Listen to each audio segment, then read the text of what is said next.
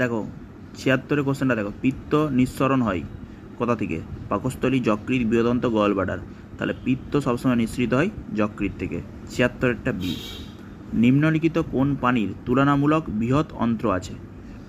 কোন প্রাণী? শেয়াল, বাঘ, কুকুর, খরগোশ। তাহলে খরগোশের বৃহৎ অন্ত্র আছে। মুখের পিএইচ ড্যাশের নিচে গেলেই দাঁতের ক্ষয় হবে। মুখের পিএইচ মিনিমাম কতটা মেনটেন করতে হবে? মিনিমাম 5.5। স্বাদগ্রহণ প্রক্রিয়ায় রিসেপ্টরটি হলো কি? গুস্টাটরি রিসেপ্টর, ঠিক আছে, স্বাদগ্রহণে।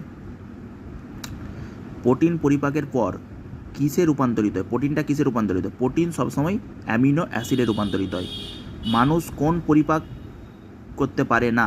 তাহলে সেলুলোজকে মানুষ পরিপাক করতে পারে না। গ্লাইকোজেনকেও পরিপাক করতে পারে, স্টার্চকেও করতে পারে, অ্যামিনো অ্যাসিডকেও করতে পারে, ঠিক আছে। 81টা হচ্ছে এ।